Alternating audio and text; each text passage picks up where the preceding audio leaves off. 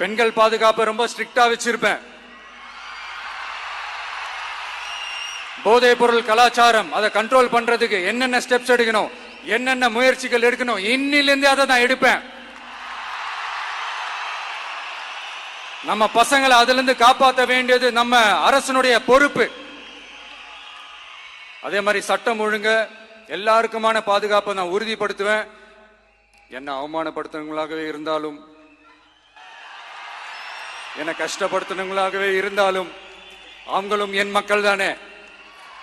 நண்பர்களாக இருந்தாலும் எதிரிகளாக இருந்தாலும் 8 கோடி மக்களும் என் மக்கள் தானே.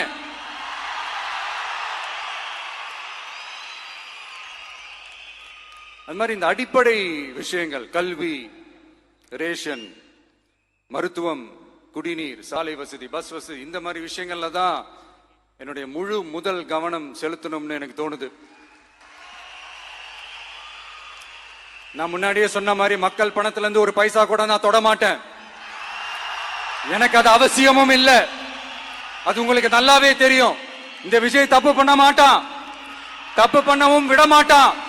அது யாராக இருந்தாலும் சரி, என்னோட கவர்மெண்ட்ல என் கூடவே இருக்கிறவங்களாகவும் சரி, விட மாட்டான். சப்போஸ் யாருக்காவது அப்படி ஒரு எண்ணம் மனசுல இருந்துச்சுன்னா, நம்ம ஜெயிச்சுட்டோம், ஒரு ஆட்டம் ஆடி பார்க்கலாம்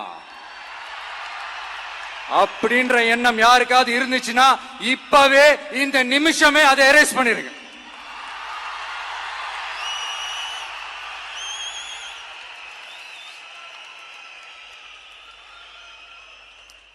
இங்க ஒரே சென்டர் தான், என் தலைமையில் உண்டான சென்டர்.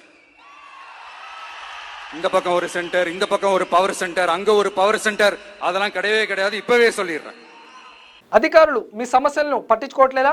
నెలల తరబడి మిమ్మల్ని ఇబ్బంది పెడుతున్నారా? మీ సమస్యకు ఎవరు స్పందించడం లేదా? అయితే ఆలస్యం చేయకుండా వెంటనే క్యూన్యూస్ కు కాల్ చేయండి. సంప్రదించాల్సిన నెంబర్లు 8143001981. మీ తరపున మేం బాధ్యత తీసుకొని మీ సమస్యను అధికారుల దృష్టికి తీసుకెళ్తాం.